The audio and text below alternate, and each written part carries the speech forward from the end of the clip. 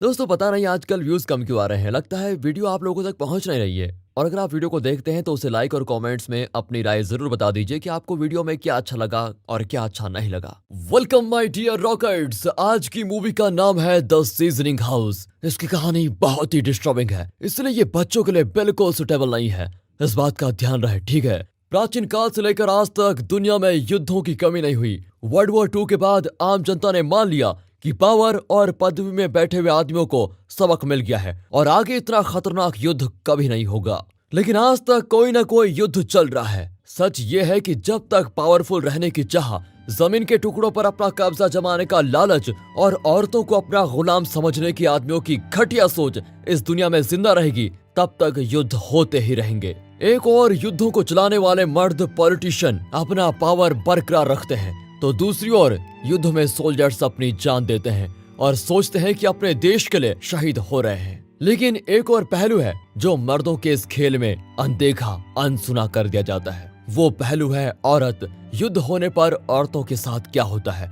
उनकी हालत क्या होती है, इस बारे में ज्यादा बात नहीं की जाती। युद्ध में आम लोगों का जीना मुश्किल तो होता ही है, लेकिन मर्दों के खेल में औरतों के कलेश इस मूवी में दिखाए गए हैं। इतनी पीड़ा और अपमान के बीच रह रही लड़कियों की कहानी है आज की मूवी, जिसमें एक लड़की बचकर निकल पाती है। अंत में क्या होता है जानने के लिए एंड तक जरूर देखिए। और दोबारा याद दिला दूं कि 18 से कम साल के उम्र के बच्चे इस मूवी से दूर ही रहें। बाकी दोस्तों चैनल को सब्सक्राइब करने के साथ बेल आइकन को दबा दीजिए। यूट्यूब का नोटिफिकेशन ऑन रखें। इंस्टाग्राम और फेसबुक पे आप हमें फॉलो कर सकते हैं। अब चलते हैं मूवी के अंदर। मूवी की शुरुआत में गंदे कपड़े पहनी हुई एक लड़की दीवार के एक होल से बाहर निकलती है। इसका नाम है एंजल। इस जगह को विक्टर नाम का एक दलाल चलाता है। दरअसल युद्ध काल में सोल्जर्स जिस जगह अटैक करते हैं, वहां की कुछ लड़कियों को दिन दहाड़े उठा लाते हैं, और वो भी उनकी आंखों के सामने उनके परिवार को बेरहमी से शूट करने के बाद इन लड़कियों को वे विक्टर के पास छोड़ देते हैं और जब चाहा यहाँ आकर इनके साथ बलात्कार करते हैं। सोल्जर्स के अलावा विक्टर बाहर से भी कस्टमर्स को लाता है, जो इन लड़कियों को तब तक नहीं छोड़ते जब तक ये पुराने कपड़े की तरह फट नहीं जाती। और जब ये मर्द जानवर की तरह इनके शरीर को चीरकर चले जाते हैं, तो एंजल इन लड़कियों को साफ करती है, उनके घावों पर दवा लगाती है और कभी कभी उन्हें नशीले इंजेक्शन भी लगाती है ताकि उनका दर्द कम हो जाए। एक लड़की दर्द के मारे तड़प रही होती है और जोर से चिल्लाती है कि प्लीज मेरी मदद करो, मुझे छोड़ दो। पर एंजल के चेहरे पे कोई रिएक्शन नहीं होता, क्योंकि वो डीफ म्यूट है। वो ना तो कुछ सुन सकती है और ना ही कुछ बोल सकती है। यहाँ जो सोल्जर्स आते हैं वे सिर्फ यौन संबंध के लिए नहीं आते, बल्कि लड़कियों को बुरी तरह पीटते हैं, जानवरों की तरह उनके शरीर को चीर कर रखते हैं और कभी कभी उन्हें काट कर भी रख लेते हैं। इसलिए दर्द बर्दाश्त नहीं होता और लड़कियां तड़प रही होती है। शुक्र है ये सीन यहाँ पर कट होता है और फ्लैशबैक में दिखाते हैं कि एंजल यहाँ पर आई कैसे। कुछ दिन पहले सोल्जर्स 6 लड़कियों को जबरदस्ती उठाकर विक्टर के पास लाए थे। उनमें से एंजल भी एक थी। विक्टर उन्हें बताता है कि आज से यही तुम लोगों का घर है और कभी बाहर निकलने या बचने के बारे में सोचना भी मत। तुम सब वही करोगी जो मैं कहूंगा। अगर कभी होशियारी दिखाई तो जानती हो मैं क्या करूंगा। ये कहकर वो एक लड़की को बुलाता है और इन सब के सामने उसका गला काट कर मार डालता है। एंजल और दूसरी लड़कियां सांस पकड़कर खड़ी रहती है। फिर विक्टर सबको जाने के लिए कहता है, पर एंजल वहीं खड़ी रहती है क्योंकि उसे कुछ सुनाई नहीं देता। विक्टर उसके गाल पर एक बर्थ मार्क देखकर कहता है कि ये सिर्फ मेरी प्रॉपर्टी है और कोई इसे हाथ नहीं लगाएगा। उस दिन से एंजल विक्टर की गुलाम बनकर इस जगह पर रह रही है और उसका बताया हुआ हर काम करती है ताकि कम से कम उसकी जान तो बची रहेगी। और अब प्रेजेंट में एंजल मेकअप किट, दवाइयाँ, नशीली दवाई वगैरह लेकर एक लड़की के पास जाती है और उन पर मेकअप लगाती है। कुछ लड़कियों को दवा देती है और कुछ को नशीले इंजेक्शंस लगाकर अपने कमरे में लाती है। उसने अपने बेड के नीचे चॉकलेट्स छुपा कर रखी भी होती है। वो चॉकलेट खाते हुए अपनी फैमिली फोटो को देखकर बहुत रोती है कि मैं कहां फंस गई। फ्लैशबैक में दिखाते हैं कि उस दिन एंजल की मां ने देखा कि घर के पास कई सोल्जर्स आ गए हैं। उसने एंजल को इन दरिंदों से बचाने के लिए कबर्ड में ही छुपा दिया था। सोल्जर्स घर को छान मारते हैं पर उन्हें कोई नहीं मिलता और वे निकल ही रहे होते हैं। तभी एंजल कबर्ड के अंदर से कोई चीज गिरा देती है। बस ये आवाज को सुनकर सोल्जर्स कबर्ड खोलते हैं और उसे उठाकर बाहर ला जाते हैं। उस एरिया के सभी घरों से वे लड़कियों को उठा लेते हैं और बेरहमी से उनके परिवार वालों को गोली मार देते हैं। एंजल की माँ अपनी बेटी को बचाने के लिए चाकू उठा लेती है। आखिर एक माँ करती भी क्या, यही तो कर सकती थी। एक सोल्जर फिर तभी एंजल की माँ को शूट कर देता है और एंजल की दीदी का बलात्कार करते हुए उसे भी मार डालते हैं। उसके बाद वे एंजल को विक्टर के पास लाते हैं और अब प्रेजेंट में दिखाते हैं तो एंजल एक लड़की के कमरे में जाती है तो उसका पूरा शरीर खून में भीगा हुआ होता है। एंजल पास जाती है तो पता चलता है कि वो लड़की मर गई है, क्योंकि कल जिस आदमी ने इसको बलात्कार किया था उसने इसे इतना पीटा कि वो दर्द के मारे मर ही गई। एंजल विक्टर को ये बात बताती है, पर उससे क्या फर्क पड़ने वाला था। वो कहता है कि ऐसी जगहों पर ये सब नॉर्मल बातें हैं। ये कहकर वो उस लड़की की लाश को उठाकर बाहर फेंकने को कहता है, मानो वो इंसान नहीं कोई जानवर की लाश है। एंजल ये सब देखकर सह नहीं पाती, लेकिन वो कर भी क्या सकती थी। वो अपना काम करने लग जाती है। तभी सोल्जर्स कुछ और लड़कियों को पकड़ कर लाते हैं। एक लड़की बहुत बुरी हालत में होती है और दर्द के मारे तड़पती है। एंजल उसका दर्द कम करने के लिए नशे का इंजेक्शन लगाती है। बाहर से वे लोग चिल्लाते हैं कि उसे जल्दी तैयार करो, कस्टमर्स वेट कर रहे हैं। एंजल बाहर जा ही रही होती है तो वो लड़की साइन लैंग्वेज में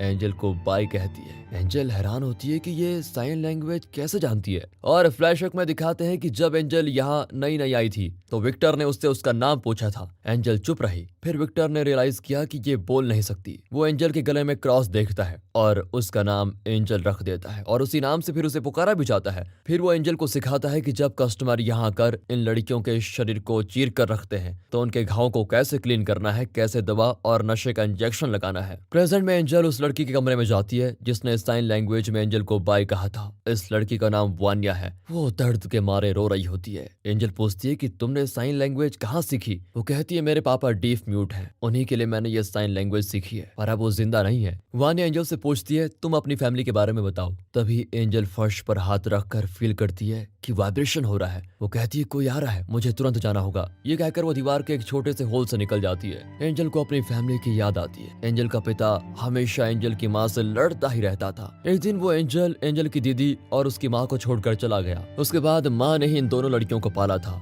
ये सब सोचकर वो बहुत दुखी होती है। फिर वो होल से निकलकर वान्या से मिलने जाती है। वो पूछती है कि यहाँ से कैसे बचे। एंजल बताती है कि मेन डोर के अलावा और कोई रास्ता नहीं है बचने का और उसकी चाबी भी मेरे पास नहीं है। फिर एंजल उसे थोड़े चॉकलेट्स देती है जिसे वो बड़े चाव से खाती है। इस तरह दोनों बातें करने लगती हैं और दोनों की दोस्ती काफी अच्छी हो जाती है। एंजल पूछती है तुम्हारी माँ कहाँ पर है। वान्या भी बता देती है कि मुझे नहीं पता, लेकिन वो मुझे यहाँ से छुड़ाने के लिए जरूर एक दिन आएंगी। वैसे तुम्हारी माला काफी सुंदर है। अब एंजल को याद आता है कि ये उसकी माँ ने उसे पहनाई थी कि ये क्रॉस तुम्हारी रक्षा करेगा। इतने में फर्श पर फिर वाइब्रेशन होता है और एंजल जल्दी से होल में घुसकर उस कमरे से निकल जाती है। फिर सीधे वेंट के जरिए अपने कमरे में पहुंचती है। विक्टर को वेंट की आवाज आती है, लेकिन वो सीरियसली नहीं लेता। अगले दिन एंजल फिर वान्या के लिए चॉकलेट्स लेने जाती है, पर आज न जाने कितने कुत्तों ने उसे काटा था। वो बेचारी दर्द से मर रही होती है। वो भीख मांगती है कि मुझसे दर्द सहा नहीं जाता, प्लीज मुझे नशे का इंजेक्शन लगा दो। फिर कोई रास्ता न पाकर एंजल उसे इंजेक्शन लगा देती है। उसका दर्द अभी भी कम नहीं हुआ है। इतने में वो दरिंदा विक्टर एक और कमीने कस्टमर से पैसे लेकर उसे वान्या के कमरे में ले आता है। पूरा बिल्डिंग वान्या की चीख के नीचे दब जाता है। वो इतना चिल्लाती है कि मुझे छोड़ दो, पर वो मर्द सुनता नहीं और उस लड़की को बुरी तरह पीटता है। ये सब एंजल अपने वेंट से देख रही होती है। जैसे ही वो जानवर अपनी मर्दांगी दिखाकर कमरे से बाहर आता है तो एंजल तुरंत वान्या की मदद के लिए कमरे में जाती है। पूरा बेड पर खून ही खून है। तब विक्टर आता है। वो मदद करने के बजाय कहता है कि उस कस्टमर ने ज्यादा पैसे दे दिए थे, इसीलिए ये सब सहना ही पड़ेगा। ये कहकर वो बाहर चला जाता है। एंजल के कहने पर एक डॉक्टर को फिर बुलाया ही जाता है।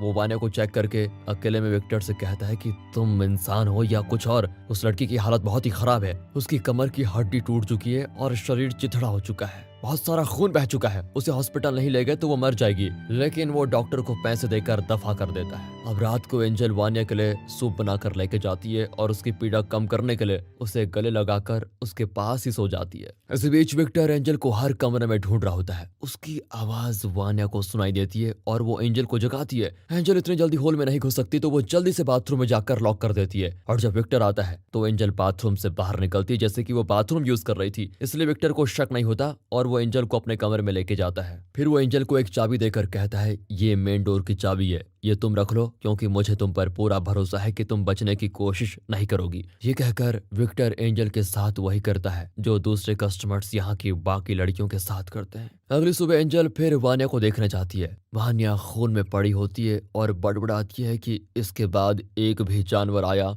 तो मैं सह नहीं पाऊंगी। प्लीज तुम अपने हाथों से मुझे मार डालो, मैं जीना नहीं चाहती। एंजल कहती है तुम्हें कुछ नहीं होगा, ये लो मेरी माँ की दी हुई माला, इसे पहन लो, ये तुम्हारी रक्षा करेगी। ये कहकर एंजल वान्या को अपनी माला पहना देती है। इतने में विक्टर उस लड़की के लिए अगला कस्टमर लेके आता है। उसे इस बात का लिहाज ही नहीं होता कि वान्या मरने की हालत में पड़ी हुई है। तभी दिखाते हैं तो गोरन नाम का एक कमांडर कुछ सोल्जर्स को लेकर वहां पर आता है। गोरन को देखते ही एंजल घबरा कर अपने कमरे में छिप जाती है। दरअसल गोरन ने ही एंजल की माँ को मार डाला था। उसके साथ इवाम नाम का एक और सोल्जर भी होता है। विक्टर उससे कहता है कि तुम्हारी पसंद की एक लड़की है, जाओ एंजॉय करो। उसके जाने के बाद गोरन विक्टर से कहता है कि यहाँ की सारी लड़कियों को मैं ही पकड़ कर लाया हूँ, लेकिन प्रॉफिट में तुम मुझे सिर्फ 40% ही देते हो और खुद 60% रख लेते हो। ये नहीं चलेगा, अब से मुझे 70% चाहिए। ये सुनकर विक्टर को गुस्सा आता है पर वो चुपचाप मान जाता है। वहाँ एवन वान्या के साथ जो कर रहा होता है एंजल वेंट से देखती है। जब वो और बर्दाश्त नहीं कर पाती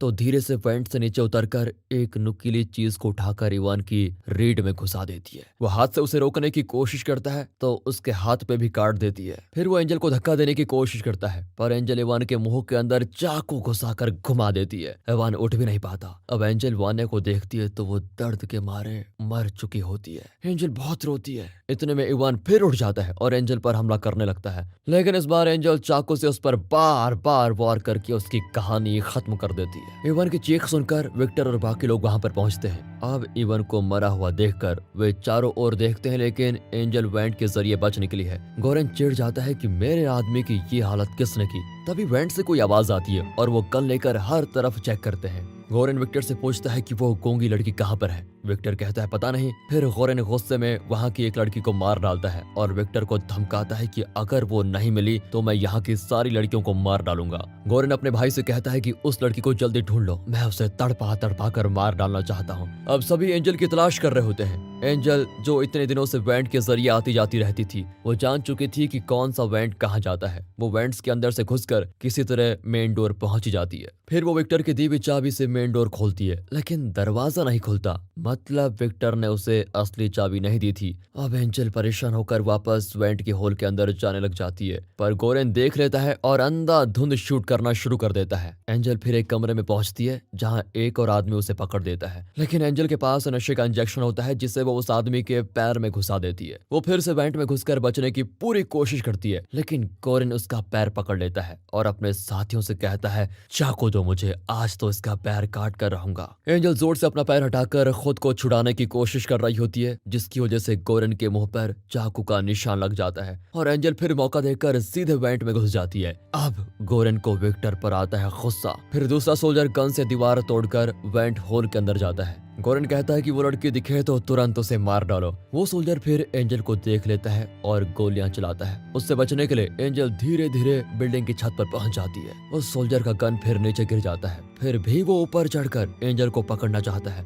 लेकिन एंजल वहां पड़ा हुआ ईंट उठाकर सोल्जर के मुंह पर मारकर उसे खत्म कर देती है। ये सब कुछ देखकर गोरेन को और गुस्सा आता है। अब एंजल उस आदमी का चाकू निकाल लेती है और अपने घाव पर पट्टी बांध देती है। अब क्योंकि एंजल वेंट के अंदर छुपी हुई है, इसलिए गोरेन सारे वेंट होल्स के अंदर बॉम्ब फेंकने को कहता है और वो गैस बम होते हैं। एंजल सांस नहीं ले पाती और बहुत तड़पती है। अब विक्टर को गोरेन से बहुत ही चिढ़ होती है, क्योंकि उसके आदमियों की वजह से यहाँ की कई लड़कियां मर गई है, जिसकी वजह से विक्टर का धंधा अब चल नहीं पाएगा। वो गुस्से में गोरेन के एक सोल्जर को मार डालता है। अब आवाज को सुनकर गोरेन आता है तो विक्टर कहता है कि उस गूंगी लड़की ने इसे मार डाला और फिर वेंट के अंदर चली गई। इसी बीच एंजल वेंट से होकर बाहर के वेंट होल के जरिए बिल्डिंग से बाहर निकल जाती है। गोरेन उसे शूट करता है पर वो बचकर पास के जंगल के अंदर चली जाती है। अब गोरेन का भाई और विक्टर एंजल को ढूंढते हुए जंगल में पहुंचते हैं। एंजल उनसे भागते भागते एक जगह गिर जाती है। वो संभल कर उठती है तो देखती है वो जगह लड़कियों की सड़ी हुई लाशों से भरी पड़ी है। उस बिल्डिंग में जो लड़कियां मरती थी उन्हें विक्टर यहाँ लाकर फेंक देता था। किसी की आहट सुनकर एंजल फिर एक पेड़ के पीछे छिप जाती है, लेकिन विक्टर उसे देख लेता है। एंजल फिर उसे चाकू दिखाकर बहुत डराती है, पर विक्टर कहता है कि आज तक मैंने तुम पर कोई जुल्म नहीं किया, मैंने तुम्हें सेफ रखा और सेफ रखूंगा, प्लीज चाकू मुझे दे दो। ये कहकर वो धीरे से चाकू ले लेता है, लेकिन उसके बाद वो एंजल को जोर का चांटा मारकर नीचे गिरा देता है कि मैंने तुम्हें रहने की जगह दी, खाना दिया और तुमने मुझे चकमा देकर भागने का सोचा। आज तो मैं तेरा बुरा हाल करूंगा। ये कहकर वो एंजल के पेट में लगातार लात मारता है। इतने में गोरेन और उसका भाई भी आ जाते हैं। उन्हें लगता है कि विक्टर उन्हें डबल क्रॉस करके इस लड़की को बचाना चाहता है और फिर इनकी बहस के बीच एंजल विक्टर का चाकू निकालकर उसके शू में घुसा देती है। विक्टर तड़पता है और गलती से उसकी गन चल जाती है और गोरेन के भाई को लग जाती है। गुस्से में गोरेन विक्टर को शूट कर देता है, पर गोरेन का भाई तो मर चुका था। अब आक्रोश में आकर गोरेन विक्टर की लाश को गोलियों से भून डालता है। इसी बीच एंजल जंगल से बाहर निकलती है और वहाँ कुछ घर भी होते हैं। एंजल एक घर का दरवाजा पीटती है। उस घर की औरत एंजल को बचाकर उसके घाव पर पट्टी वगैरह करती है। जब एंजल को होश आता है तो वो उस घर में रखे फोटोज को देखकर समझ जाती है कि ये घर एवन का है, जिसके मुंह के अंदर एंजल ने चाकू घुसाकर मार डाला था और ये औरत एवन की पत्नी है। गोरेन ने उसे फोन करके सब कुछ बता भी दिया होता है, इसलिए वो चाकू से एंजल का कत्ल करने आती है कि तुमने मेरे पति को क्यों मारा। एंजल फिर वहां रखी हुई पिगी बैंक निकालकर उस औरत के सर पे जोर से मार डालती है, लेकिन वो औरत फिर से अटैक करती है तो एंजल उस औरत का एक कान ही काट कर तोड़ देती है। फिर दूसरा पिगी बैंक उठाकर उस औरत के सर पर पीट पीट कर उसका खात्मा कर देती है। अब एंजल वहां से भी भागती है। इसी बीच गोरेन आकर इवन की वाइफ की लाश को देखकर एंजल का खून का प्यासा हो जाता है। वो एंजल को अब किसी भी तरह पूरी कदर मारना चाहता है। एंजल एक पुरानी फैक्ट्री के अंदर घुस जाती है। वहाँ वर्कर से वो विनती करती है कि प्लीज मुझे बचा लीजिए, एक आदमी मुझे जान से मारने के लिए आ रहा है। इतने में गोरेन आ जाता है और तब पता चलता है कि ये पूरी जगह गोरेन की है। वो सभी वर्कर्स को बाहर भेज देता है। अब एंजल को कोई और नहीं बचा सकता, उसे अपनी मदद खुद करनी पड़ेगी। उसे वेंट में रेंगकर आगे बढ़ने की आदत पड़ चुकी थी, तो वो इस बिल्डिंग का एग्जॉस्ट पाइप में घुस जाती है, जो कि बहुत ही छोटा होता है। गोरेन भी एग्जॉस्ट पाइप में घुसकर एंजल के पीछे पीछे आता है, पर एंजल तो छोटी है और बहुत दुबली पतली, इसलिए बड़ी आसानी से वो आगे निकल जाती है। ऊपर से उसे वेंट के अंदर रहने की आदत भी है, तो उसे ज्यादा दिक्कत नहीं होती। लेकिन गोरेन की बड़ी तोंद पाइप के अंदर एक जगह अटक जाती है। वो पाइप के बीचों बीच है। यहाँ से ना तो वो आगे बढ़ पाता है और ना नीचे जा पाता है। वो बिल्कुल फंस चुका है। इस बात को जानकर एंजल उसके पास आती है। अब गोरेन को मौत का दर्द जकड़ लेता है और एंजल से वो भीख मांगता है कि प्लीज मुझे बचा लो, मैं तुम्हें कुछ भी देने को तैयार हूँ। लेकिन एंजल को तो सुनाई देता ही नहीं। उसने गोरेन की आंखों में मौत का डर देख लिया होता है और वो जान जाती है कि ये मौत के डर से चिल्ला रहा है। अब वो गोरेन के मुंह पे वही करती है जो उसने उन लड़कियों के चेहरे पे किया था, मेकअप। एंजल अपने खून से गोरेन की लिपस्टिक लगाती है, फिर उसके गाल पर लाली लगाती है और उसकी आईब्रोज बनाती है। फिर वो अपनी ड्रेस से थोड़ा फाड़कर गोरेन के मुंह में दबा देती है ताकि वो आवाज भी ना निकाल पाए। एंजल मन ही मन सोच लेती है कि तुम्हारे सोल्जर्स ने और तुमने उन लड़कियों के साथ जो किया, तुम्हारी वजह से उन्हें जो दर्द और पीड़ा सहनी पड़ी, वो आज तुम भी सहो और यहीं घुट कर मर जाओ। इस तरह अपना मन बनाकर एंजल उस पाइप से बाहर निकल जाती है। फिर वो भागती है और बहुत दूर बिना कुछ सोचे भागती जाती है। एक जगह वो थक कर गिर भी जाती है। तभी उसे एक सहारा देकर कोई उठाता है और ये वही डॉक्टर है जो कि वान्या को चेकअप करने के लिए आया था। खुशकिस्मती से डॉक्टर अच्छा आदमी होता है और वो एंजल की बहुत अच्छी देखभाल करता है। और दोस्तों, इसी के साथ ये मूवी यहाँ पर खत्म होती है। बाकी दोस्तों, आपसे रिक्वेस्ट है कि हमारे दूसरे चैनल मूवीज वेदर को भी सपोर्ट कीजिए, उसे सब्सक्राइब करें। वहाँ पर हम आपको फिल्म इंडस्ट्री से जुड़ा अच्छा कंटेंट देंगे। और दोस्तों, उम्मीद है आपको ये वीडियो अच्छी लगी होगी, और अगर ये वीडियो अच्छी लगी हो, स्टोरी अच्छी लगी हो, एक्सप्लेनेशन अच्छा लगा हो, तो इसे ज्यादा से ज्यादा शेयर करें, वीडियो को लाइक कीजिए और चैनल को सब्सक्राइब। तो फिर मिलते हैं अगली वीडियो में, तब तक के लिए गुड बाय, अपना ख्याल रखिए and finally thanks for watching.